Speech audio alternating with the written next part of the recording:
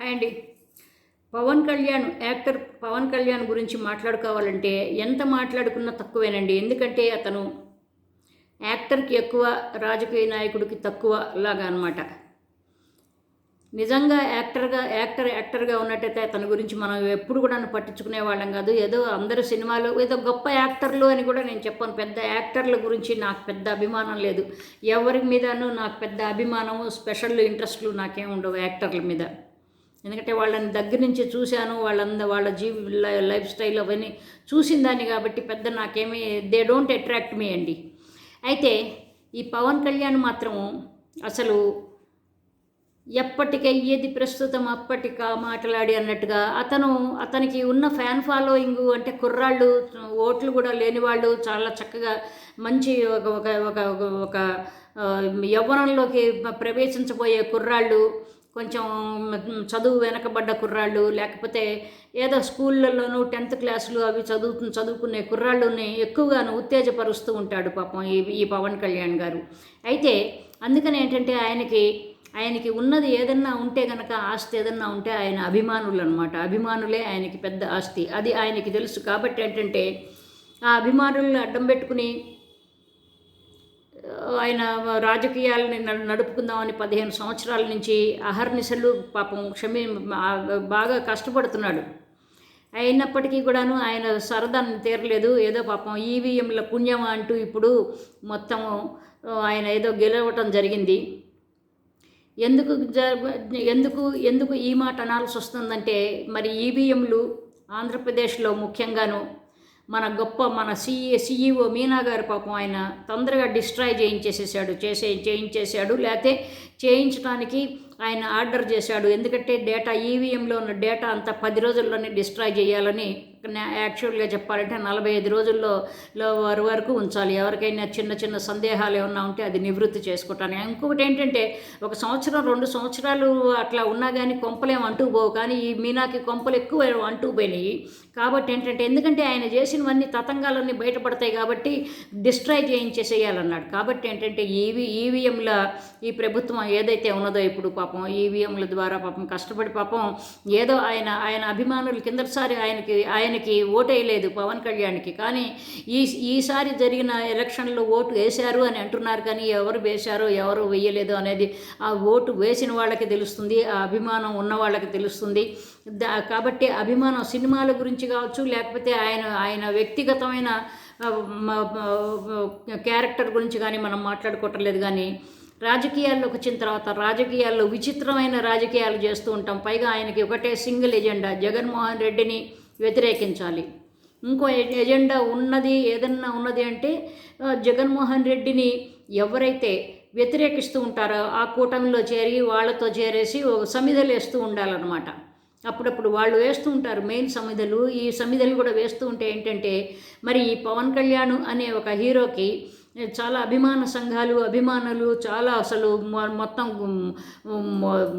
ఏంటిది ఈ గుండెలు చించుకునేవాళ్ళు, లేకపోతే గొంతులు చించుకునేవాళ్ళు రకరకాల మంది ఉంటారు. కాబట్టి సరే, మరి వాళ్ళందరూ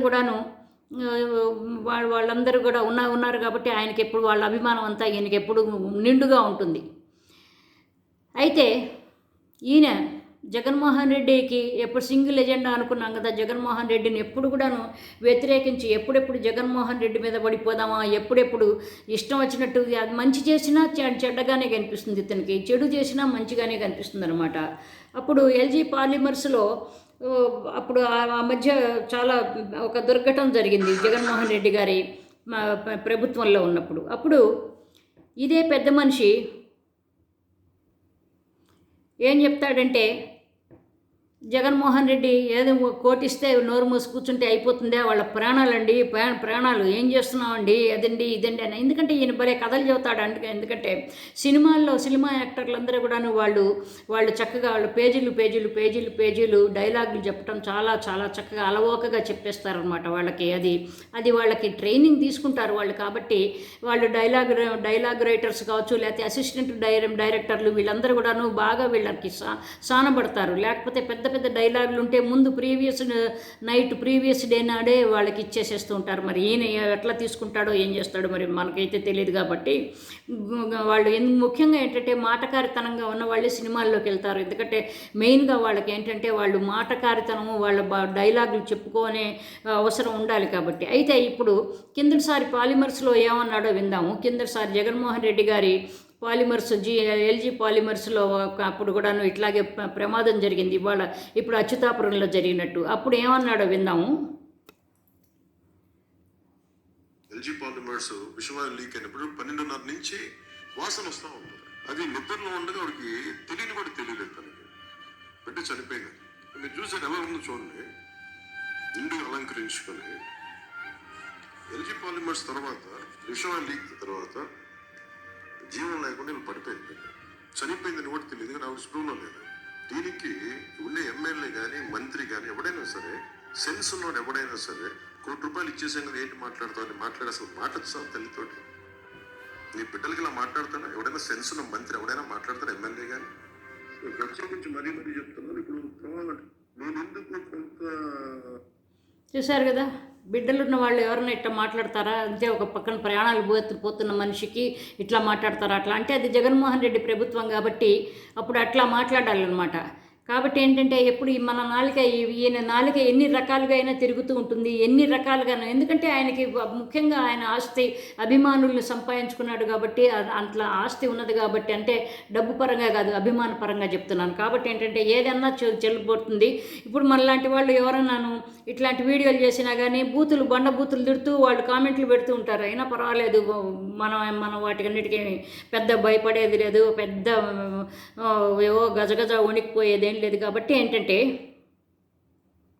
ఇట్లా మాట్లాడాడు. కానీ ఇప్పుట అసలు పరిశ్రమల్లో కనుక ఇప్పుడు సేఫ్టీకి సంబంధించిన విషయాల్లో కనుక వెళ్తే కనుక పరిశ్రమలన్నీ దూరం అయిపోతాయి. అంటే ఏంటంటే మనుషులు చచ్చిపోవచ్చు. ఇప్పుడు ఆయన మాటల్లో విందాం, తర్వాత మాట్లాడుకుందాం.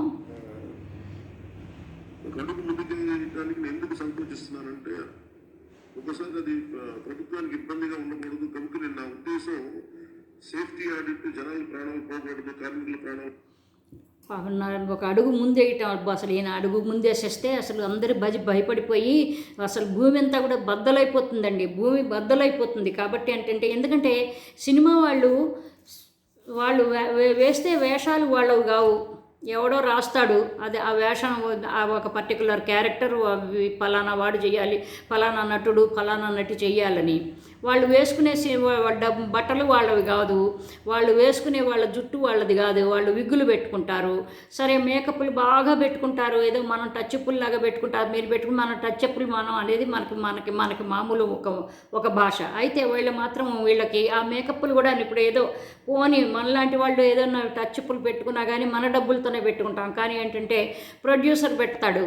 కాబట్టి డైలాగులు అన్నీ కూడాను ప్రొడ్యూసర్లే డైలాగులు ఏర్పాటు చేస్తారు డైలాగ్ రైటర్ల ద్వారా. కాబట్టి ఏంటంటే ఇవన్నీ కూడా కథలుగా చక్కగా చెప్పటానికి ఈయన అలవాటు పడిపోయాడు. అది ఈయన ఆర్ట్ అనమాట. చూడండి, ఇతనట సేఫ్టీ ఆడిట్ చేయించడానికిట వెనకాడుతున్నట్ట. ఎందుకంటే పరిశ్రమలు వాళ్ళు రాలి అంటే ఏంటంటే నువ్వు సేఫ్టీ ఆడిట్ నువ్వేం చేయొద్దు, విషవాయువులు వచ్చినా బయటికి స్ప్రెడ్ అయినా కానీ అవి పీల్చి, అంటే భోపాల్ గ్యాస్ లాగా అనమాట ఎల్జీ పాలిమర్స్ అవన్నీ కూడా. అందుకని జనాలు చచ్చిపోయినా ఏం కాదు. ఇప్పుడు అమర్ రాజా గ్యాస్ కూడా అట్లాగే గ్యాస్ లీక్ అవుతున్నదని గొడవ అయింది. తర్వాత వాళ్ళు ఏదో కొన్ని సేఫ్టీ ప్రికాషన్స్ ఏవో తీసుకున్నారు అట్లా అనమాట. ఇట్లట ఆడిట్ చేద్దాం అనుకున్నా కానీ ప్రభుత్వానికి ఇబ్బందిగా ఉండకూడదు కనుక నా ఉద్దేశం సేఫ్టీ ఆడిట్, జనాల ప్రాణాలు పోకూడదు, కార్మికుల ప్రాణాలు పోకూడదు అనుకునే పరిస్థితులు ఉంటాను నేను ఇప్పుడు. అలాంటిది మళ్ళీ సేఫ్టీ ఆడిట్ చేస్తే పరిశ్రమలు వెళ్ళిపోతాయి అని చెప్పి చూసారా, పరిశ్రమలు వెళ్ళిపోతాయి. అబ్బా అసలు ఎంత గొప్ప మనస్తత్వం అండి ఈయనది. మామూలు గొప్ప మనస్తత్వం అంటే అసలు మామూలు మన ఎప్పుడు ఇమాజిన్ చేసుకోవాలని గొప్ప మనస్తత్వం. కాబట్టి ఈయన మాటే కరెక్ట్ అనమాట. ఈయన మాట ఏం మాట్లాడినా ఇది వేదంగా రాసి పెట్టుకోవాలన్నమాట. కానీ జగన్మోహన్ రెడ్డి అట్లా చేసినప్పుడు మీరు ఎట్లా చేస్తారా, ఇట్లా చేస్తారా, అట్లా చేస్తారా అని చెప్పేసి బాగా ఎగిరి గంతులేయటమే. ఆయన మాట్లాడాడంటే ఎగరటం అనే అర్థం. ఇక్కడేమో మరి మేము అట్లా చేసి చాలామంది అట్లా ఆయన దగ్గరికి వెళ్ళి చెప్పుకున్నారట, అట్లా చెప్పుకున్నారు నాతో కూడా అంటాడు. అది కొంచెం మాట మాట్లాడతారు నాతోటి, ఇలా చేస్తే పరిశ్రమలు వెళ్ళిపోతాయి. ఆ మాట నాతో మాట్లాడతారంటే ఎవరు మాట్లాడతారో తెలియదు. ఇప్పుడు కనుక అట్లా వార్త వచ్చింది, ఇలా వార్త వచ్చిందని మాలాంటి వాళ్ళు చదువుతూ ఉంటారు కదా. ఎలాంటి వార్త అనేది మనం చెప్పము. ఎలాంటి వార్త ఉన్నా కానీ ఇప్పుడు ఇదిగో ఇట్లాంటివి ఫలానా అథెంటిసిటీతో మనం చెప్తూ ఉంటాం. కానీ ఏంటంటే వార్త వచ్చింది ఏదో చెప్పుకుంటూ ఉంటారట ఈయనతో. కాబట్టి ఏంటంటే ఈయన చెప్పేవేంత వేదాలు. ఈయన ఒకసారి పోయి అక్కడికి పోయి ఏంటి నేనున్నాను పోనీ నా సొంత అప్పుడు ఏదో నేను డబ్బులు ఒక్కొక్కళ్ళకి ₹1,00,000 ఇస్తానని చెప్పి రైతులకి వాటికి వీటికి వెళ్ళాడు కదా.